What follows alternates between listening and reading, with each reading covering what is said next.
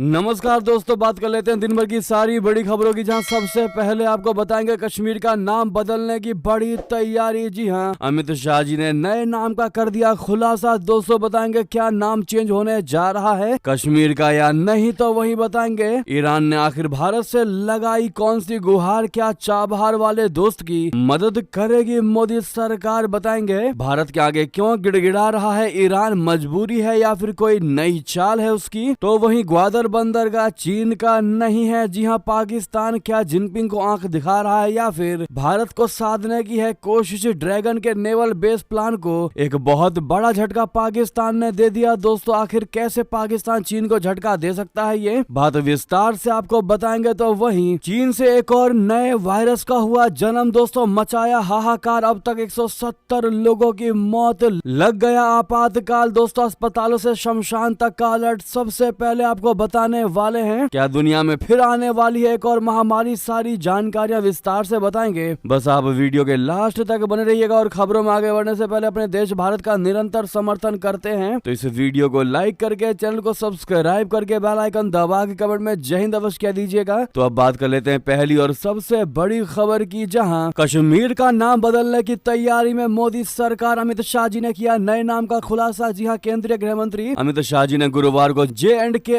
Ladakh through the ages पुस्तक के विमोचन के दौरान कहा कि कश्मीर का नाम कश्यप से जुड़ा हो सकता है। उन्होंने बताया कि कश्मीर में भारत की संस्कृति की नींव पड़ी थी और यहाँ सूफी, बौद्ध और शैल मठों ने बहुत अच्छा विकास किया। अमित शाह जी ने प्रधानमंत्री मोदी को धन्यवाद देते हुए कहा कि उन्होंने कश्मीरी, डोगरी, बाल्टी और झंस्कारी भाषाओं को सरकारी स्वीकृति दी है, जिससे कश्मीर की छोटी छोटी भाषाएं जीवित रह सके। उन्होंने कहा कि प्रधानमंत्री मोदी का कश्मीर की संस्कृति और भाषाओं को लेकर विशेष ध्यान है। गृह मंत्री ने धारा 370 और 35A के बारे में भी बात की, जिनका उद्देश्य देश को बांटने और कश्मीर में अलगाववाद को बढ़ावा देने के लिए था। उन्होंने बताया कि मोदी सरकार ने इन धाराओं को हटाकर कश्मीर में विकास के रास्ते खोले हैं। उन्होंने कहा कि इन धाराओं के कारण आतंकवाद पनपा था, लेकिन इनकी समाप्ति के बाद अब कश्मीर में शांति बढ़ी है। जी हाँ, केंद्रीय गृह मंत्री अमित शाह जी ने गुरुवार को कहा कि कुछ लोग कहते हैं कि कश्मीर पाकिस्तान की सीमा के करीब है, इसीलिए यहाँ पर यह समस्या आई। उन्होंने सवाल किया लेकिन गुजरात भी पाकिस्तान की सीमा के करीब है, राजस्थान भी पाकिस्तान की सीमा के करीब है, यहाँ आतंकवाद क्यों नहीं पनपा। इस दौरान उन्होंने कहा कि कश्मीर का नाम हिंदू धर्म के पूजनीय ऋषि कश्यप के नाम पर रखा गया हो। अब ऐसे में दोस्तों क्या अमित शाह जी के अकॉर्डिंग कश्मीर का नाम बदला जाना चाहिए? दोस्तों आप लोग क्या कहते हैं बताना बिल्कुल मत भूलिएगा। देखते हैं हमारी प्रिय ऑडियंस की क्या है इस मुद्दे पर राय। तो वहीं आपको बता दें ईरान ने आखिर भारत से क्यों लगाई गुहार, क्या चाबहार वाले दोस्त की मदद करेगी मोदी सरकार। ईरान की है मजबूरी या है कोई नई चाल? बता दें अमेरिकी प्रतिबंधों की मार झेल रहे ईरान ने भारत से अपने रिश्ते सुधारने और सहयोग बढ़ाने की अपील की है। ईरानी अधिकारियों ने भारत से फिर से कच्चे तेल की खरीद शुरू करने और ईरानी नागरिकों को वीजा देने में राहत देने की मांग की है। ईरान का कहना है कि इन कदमों से दोनों देशों के बीच दोस्ती और आर्थिक रिश्ते और मजबूत होंगे, मगर इसके पीछे क्या ईरान की कोई मंशा है? आपको बता दें ईरान की इस गुहार के पीछे मुख्य वजह उसकी अमेरिकी प्रतिबंध है, जिनकी वजह से उसकी अर्थव्यवस्था पर काफी बड़ा दबाव है। 2019 में भारत ने अमेरिकी दबाव में ईरान से कच्चे तेल की खरीद बंद कर दी थी। हालांकि अब ईरान चाहता है कि भारत एक बार फिर तेल खरीदने के लिए रास्ता निकाले। ईरानी अधिकारी ने साफ कहा है कि भारत और ईरान को मिलकर इस मुद्दे का हल ढूंढना होगा। ऐसे में सबसे बड़ा सवाल यह है दोस्तों कि क्या चाबहार वाले दोस्त की मदद करेगी मोदी सरकार या नहीं। तो आपको बता दें वहां के एक अधिकारी ने कहा है कि बहुत ही ये दुखद है कि भारतीय रिफाइनरियां जो दशकों से ईरानी तेल पर काम कर रही थी, उन्हें दूसरे देशों से कच्चे तेल के स्रोत के साथ तालमेल बिठाना पड़ा। हालांकि अधिकारी ने कहा कि भारत को तेल आयात फिर से शुरू करने के लिए दबाव डालने से तेहरान भारत के लिए कठिनाई पैदा नहीं करेगा। अधिकारी के मुताबिक भारत और ईरान गैर ऊर्जा क्षेत्रों, विशेष रूप से कृषि वस्तुओं में व्यापार बढ़ा सकते हैं। और जैसा कि अब डोनाल्ड ट्रंप की सरकार बनने वाली है, बन ही चुकी है ऑलमोस्ट, तो आप समझ सकते हैं कि अमेरिका को भी नाराज नहीं करेगा अपना भारत, वो भी तेल के चलते, जबकि तेल भारत को रशिया से मिल ही जा रहा है। ऐसे में कहीं ना कहीं अमेरिका की भी मान रखनी पड़ेगी अपने भारत को। तो ईरान के साथ कदम फूंक कर ही आगे बढ़ सकता अपना भारत, अन्यथा उसको उन प्रतिबंधों का पालन करना पड़ेगा। दोस्तों आपकी इस पर क्या राय है अवश्य बताइएगा। वहीं आपको बता दें ग्वादर बंदरगाह चीन का है ही नहीं। जी हाँ, पाकिस्तान क्या जिनपिंग को ये कहते हुए आंख दिखा रहा है, ड्रैगन के नेवल बेस प्लान को लगा दिया बड़ा वाला झटका। जी हाँ, पाकिस्तान और चीन में ग्वादर बंदरगाह को लेकर विवाद बढ़ता ही जा रहा है। पाकिस्तान ने कुछ दिनों पहले ही चीन के पैसों से विकसित ग्वादर हवाई अड्डे का उद्घाटन लगातार तीसरी बार टाल दिया था। अब खबर यह है कि ग्वादर बंदरगाह के स्वामित्व को लेकर भी पाकिस्तान और चीन के बीच तनाव काफी ज्यादा बढ़ गया है। इस बीच पाकिस्तान के विदेश मंत्रालय ने कहा है कि ग्वादर पाकिस्तान का है और वो इसे किसी दूसरे देश को नहीं सौंप रहा। पाकिस्तान के विदेश मंत्रालय मंत्रालय की प्रवक्ता मुमताज बलोच ने कहा कि ग्वादर बंदरगाह एक वाणिज्यिक बंदरगाह है जिसे चीनी सरकार की मदद से विकसित किया गया है। पाकिस्तान ग्वादर बंदरगाह या कोई अन्य स्थान किसी भी विदेशी संस्था को नहीं दे रहा है। पाकिस्तान के इस बयान के कई मतलब निकाले जा रहे हैं। कहा यह जा रहा है कि पाकिस्तान ऐसे समय ये बयान देकर चीन को ब्लैकमेल करने की कोशिश कर रहा है। लोगों का ये भी कहना है कि पाकिस्तान ग्वादर को चीन को देकर किसी भी कीमत पर अमेरिका को नाराज नहीं करना चाहता है। दोस्तों, रिपोर्ट में बताया गया है कि धमकी की तरह ये लहजा बीजिंग को पसंद नहीं आया, जिसने पाकिस्तान की मांग को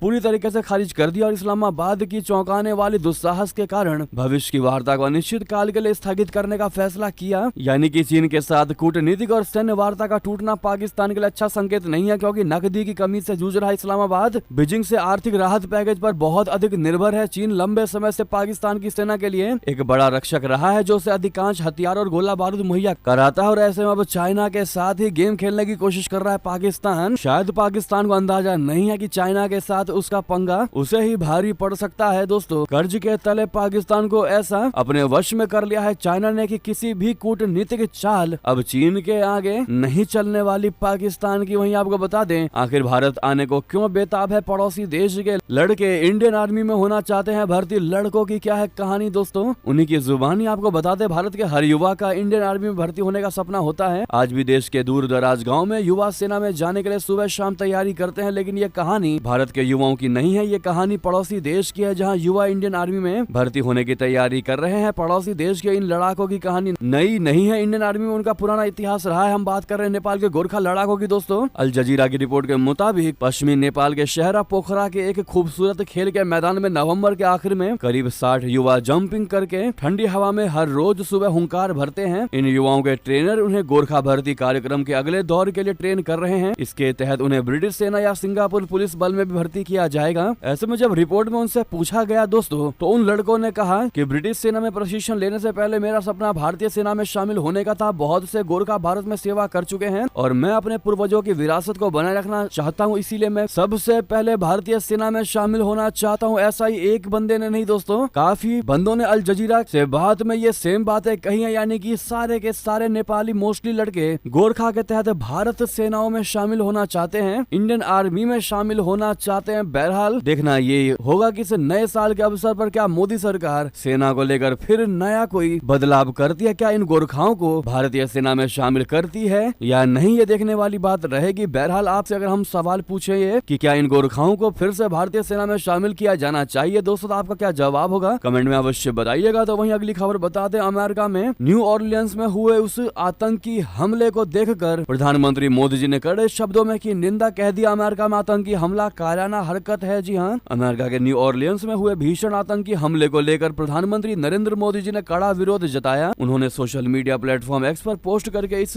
आतंकी हमले को कायराना हरकत करार दिया। उन्होंने पीड़ितों और उनके परिवारों के प्रति संवेदना भी व्यक्त की है। प्रधानमंत्री नरेंद्र मोदी जी ने कहा कि हम न्यू ऑरलियंस में हुए इस कायराना आतंकी हमले की कड़ी निंदा करते हैं। पीड़ितों और उनके परिवारों के साथ हमारी प्रार्थनाएं और संवेदनाएं हैं। इस दुखद समय में हम सभी को एकजुट होकर रहकर आतंकवाद के खिलाफ लड़ाई लड़नी होगी। जिनको नहीं पता ये आतंकी हमला क्या है, तो आपको बता दें, न्यू ऑरलियंस में नए साल का जश्न मना रहे लोगों को एक तेज रफ्तार पिकअप ट्रक ने रौंद दिया। टेक्सास के रहने वाले 42 साल के शमसुद्दीन जब्बार मुख्य आरोपी हैं। आरोपी ड्राइवर को पुलिस ने आतंकवादी बताया है। उसकी गाड़ी से 2 घरेलू बम के अलावा ISIS का झंडा भी मिला है। चश्मदीदों के मुताबिक अचानक हुए धमाके ने पूरे इलाके में अफरा तफरी मचा दी और इसमें अब तक 15 लोगों की मौतें हो चुकी हैं। जी हाँ, हालांकि बाद में पुलिस ने उस आतंकवादी ड्राइवर को मार गिराया। तो दूसरी ओर डोनाल्ड ट्रंप का भी इस अटैक के बाद फूटा गुस्सा अवैध इमिग्रेशन और डेमोक्रेट्स पर। हालांकि ट्रंप ने प्रत्यक्ष रूप से कार हमले का जिक्र नहीं किया, लेकिन देश में नेतृत्व को कमजोर, अप्रभावी और अस्तित्वहीन बताते हुए इसकी आलोचना की। उन्होंने इस संबंध में गुरुवार को अपनी वेबसाइट ट्रुथ सोशल पर एक पोस्ट लिखी कि हमारा देश एक आपदा है, पूरे विश्व में हंसी का पात्र है। ये तब होता है जब आपके पास कमजोर, अप्रभावी और लगभग अस्तित्वहीन नेतृत्व के साथ खुली सीमाएं होती हैं। यानी कि कुल मिलाकर इन्होंने इस हमले का नाम लिए बगैर अवैध आव्रजन और डेमोक्रेट्स पर निशाना साधा। दोस्तों वहीं आपको बता दें, भारत ने ऐसा क्या कर दिया जो खुश हो गया चाइना। दिल्ली में कम्युनिस्ट राजदूत ने जमकर की तारीफ। जी हाँ, कम्युनिस्ट देश चीन के राजदूत जू फेई होंग ने भारत की जमकर तारीफ की है। उन्होंने social media platform global times का ग्राफिक शेयर किया कि ऑफ शोर बिजनेस सर्विसेज के लिए चीन और भारत दुनिया के शीर्ष गंतव्यों में शामिल है। इस ग्राफिक में ऑफ शोर बिजनेस सर्विसेज में अव्वल 10 देशों की सूची का उल्लेख किया गया है। इसमें भारत को ग्लोबल सर्विसेज लोकेशन इंडेक्स में 6.91 के स्कोर के साथ शीर्ष पर दिखाया गया है। वहीं चीन 6.67 के स्कोर के साथ दूसरे स्थान पर है। ग्लोबल सर्विसेज लोकेशन इंडेक्स को हर साल जारी किया जाता है, जिसमें बताया जाता है कि दुनिया के कौन से देश ऑफशोर बिजनेस सर्विसेज के लिए दुनिया की पसंदीदा हैं। ये स्क्रीन पर आप लिस्ट देख पा रहे हैं दोस्तों, जहां top destinations for offshore business services की लिस्ट दी गई है, जिसमें भारत नंबर 1 पर है दोस्तों। उसके बाद चाइना है। वाकई में बहुत ही गर्व की बात अपने भारत के लिए। तो वहीं आपको बता दें, चीन की किस योजना पर आखिर भड़क गए हेमंता विश्व शर्मा, कह दिया सब बर्बाद हो जाएगा। जी हां, बॉर्डर पर ड्रैगन का खौफनाक खेल। आपको बता दें, चीन के साथ भारत कितने भी दोस्ती के हाथ बढ़ाए, लेकिन अपनी हरकतों से चीन बाज नहीं आता। इसी कड़ी में असम के मुख्यमंत्री हेमंता विश्व शर्मा ने चीन की एक योजना पर तगड़ा निशाना साधते हुए चेतावनी दे डाली। उन्होंने चेतावनी दी है कि चीन की तरफ से ब्रह्मपुत्र नदी पर प्रस्तावित विश्व के सबसे बड़े जल विद्युत बांध का निर्माण नदी के पारिस्थितिकी तंत्र को गंभीर नुकसान पहुंचा सकता है। उन्होंने कहा कि भारत सरकार ने इस मुद्दे पर अपनी चिंता चीन को पहले ही व्यक्त कर दी है। ये बांध तिब्बत की यारलुंग जांगबो नदी पर बनाया जाएगा। मुख्यमंत्री हेमंता विश्व शर्मा ने कहा कि अगर ये बांध बनता है तो ब्रह्मपुत्र नदी का वाटर लेवल यानी जल स्तर गिर जाएगा और नदी का पारिस्थितिकी तंत्र कमजोर हो जाएगा। उन्होंने ये भी कहा कि अरुणाचल प्रदेश और भूटान में बारिश की कमी होने पर ब्रह्मपुत्र पूरी तरह से सूख सकती है। ऐसे में वहाँ सब कुछ बर्बाद हो जाएगा। ये स्थिति असम और अरुणाचल प्रदेश के लिए बहुत बड़ी समस्या बन सकती है। दोस्तों, केंद्र सरकार इस मामले को चीन के साथ अपनी वार्ता प्रक्रिया में शामिल करेगी और इसे अंतर्राष्ट्रीय स्तर पर प्रभावी तरीके से उठाना ही होगा। जी हाँ, वाकई में बड़ा ही सीरियस और सेंसिटिव मुद्दा है ये दोस्तों। वहीं आपको बता दें, अमेरिकी आसमान में नहीं उड़ेंगे चीनी ड्रोन, प्रतिबंध की बड़ी तैयारी। आखिर क्या है इसकी बड़ी वजह? दरअसल अमेरिका जल्द ही चीन में बने नागरिक ड्रोन पर प्रतिबंध लगा सकता है। अमेरिकी वाणिज्य विभाग ने गुरुवार को कहा कि वो नए नियमों पर विचार कर रहा है जो चीनी ड्रोन पर प्रतिबंध लगाएंगे। मंत्रालय ने अपने कदम को लेकर सुरक्षा चिंताओं का हवाला दिया और कहा कि ये नियम उन्हें अमेरिका में प्रतिबंध करेंगे। विभाग ने कहा कि वो ड्रोन के लिए आपूर्ति श्रृंखला की सुरक्षा के लिए संभावित नियमों पर 4 मार्च तक सार्वजनिक टिप्पणियां मांग रहा है, जिसमें कहा गया है कि चीन और रशिया से खतरे हमारे विरोधियों को इन उपकरणों तक पहुंच प्रदान करने और हेरफेर करने की क्षमता प्रदान कर सकते हैं, जिससे संवेदनशील अमेरिकी डेटा लीक हो सकती है। चीन से अमेरिका में वाणिज्यिक ड्रोन की बिक्री का बड़ा हिस्सा भारत आता है। वहीं आपको बता दें, पाकिस्तान के प्रधानमंत्री शहबाज शरीफ ने कहा तालिबान को कुचले बिना हम आगे बढ़ ही नहीं सकते। जी हाँ, इस्लामाबाद में स्पेशल इन्वेस्टमेंट फैसिलिटी काउंसिल यानी SIFC की एपेक्स कमेटी को संबोधित करते हुए पाकिस्तान के प्रधानमंत्री शहबाज शरीफ ने तालिबान को लेकर सख्त बयान दिया। उन्होंने कहा कि तालिबान को कुचले बिना पाकिस्तान आगे नहीं बढ़ सकता। बता दें कि ये बयान पाकिस्तान अफगानिस्तान सीमा पर बढ़ते तनाव और बढ़ती हिंसक घटनाओं के बीच आया है। शहबाज शरीफ ने कहा कि तालिबान ने फिर से सिर उठाया और इसे कुचले बिना हम आगे नहीं बढ़ सकते। शरीफ ने आगे कहा कि हर दिन कोई ना कोई घटना होती है, चाहे वो 10 अधिकारी हों, 5 हों, फ्रंटियर कॉर्प्स, पुलिस या सेना के सदस्य हों। उनकी शहादत सबसे बड़ा बलिदान है। हमें न केवल उनका सम्मान करना चाहिए बल्कि राष्ट्र को यह भी बताना चाहिए कि इस राक्षस को हराना हमारा साझा लक्ष्य है। एक तरफ दोस्तों तालिबानियों को लेकर यह बयान दिया शहबाज शरीफ ने और पाकिस्तानी सेना की तारीफ करने की कोशिश की, उनकी शहादत की तारीफ करने की कोशिश की, और वहीं दूसरी ओर सेना के साथ ही दगाबाजी कर दी दोस्तों शहबाज शरीफ ने। बता दे, हर दिन पाकिस्तान एक आर्थिक तंगी से जूझ रहा है। गरीबी और कर्जे का स्तर लगातार बढ़ता जा रहा है। कंगाली के इस दौर में पाकिस्तान ने अब बढ़ते पेंशन बिल को कम करने के लिए सेवानिवृत्त यानी रिटायर्ड कर्मचारियों और सशस्त्र बल कर्मियों के पेंशन लाभ में भारी कटौती कर दी है। मीडिया में आई खबरों के जानकारी के मुताबिक समाचार पत्र एक्सप्रेस ट्रिब्यून ने बुधवार को एक से अधिक पेंशन बंद करने के संबंध में 3 अलग अलग अधिसूचनाएं जारी की, जिनमें पहली बार मिलने वाली पेंशन में कटौती की गई तथा भविष्य में पेंशन में वृद्धि निर्धारित करने वाले आधार में भी बदलाव किया गया। खबर में कहा गया है कि ऋण चुकाने, रक्षा और विकास के बाद बजट में चौथा सबसे बड़ा व्यय है पेंशन। वित्त मंत्रालय की अधिसूचना के अनुसार वेतन और पेंशन आयोग 2020 की सिफारिशों पर यह निर्णय लिया गया है कि अब से ऐसी स्थिति में जहां कोई व्यक्ति एक से अधिक पेंशन का हकदार है, उसे केवल एक पेंशन लेने का विकल्प चुनने के लिए अधिकृत किया जाएगा। दोस्तों वहीं बता दें, यूरोप में तहलका मचा रहा चीनी एयर डिफेंस सिस्टम नाटो के दरवाजे पर तैनात। टेंशन में आ गया अमेरिका। जी हां, यूरोपीय देश सर्बिया ने चीनी एयर डिफेंस सिस्टम तैनात करके अमेरिका समेत नाटो देशों की नींदें उड़ा दी है। सर्बियाई रक्षा मंत्रालय का दावा है कि चीनी एयर डिफेंस सिस्टम से उसके हवाई क्षेत्र की निगरानी और सुरक्षा क्षमताओं में काफी सुधार हुआ है। इस देश ने चीन से FK3 एयर डिफेंस सिस्टम की खरीद की है। ये एयर डिफेंस सिस्टम चीन की HQ-22 सतह से हवा में मार करने वाली मिसाइल प्रणाली का एक्सपोर्ट वर्जन है। जी हां, वहीं बता दें, ताइवान को क्यों बेचा हथियार? ट्रंप के शब्द से पहले अमेरिका पर चीन का बड़ा एक्शन। 2 महाशक्तियों में नई टकरार लगातार जी हाँ ताइवान मुद्दे को लेकर अमेरिका और चीन में तनाव फिर गहरा गया है। एक तरफ चीनी राष्ट्रपति जिनपिंग ने दो टूक कहा है कि चीन और ताइवान को एक होने से कोई नहीं रोक सकता, तो वहीं अमेरिका ने हाल के दिनों में ताइवान को हथियार बेचने की नई घोषणा कर दी है। इसके बाद दुनिया की दो बड़ी महाशक्तियां एक बार फिर आमने सामने आ गई हैं। चीन ने गुरुवार को एक सख्त कदम उठाते हुए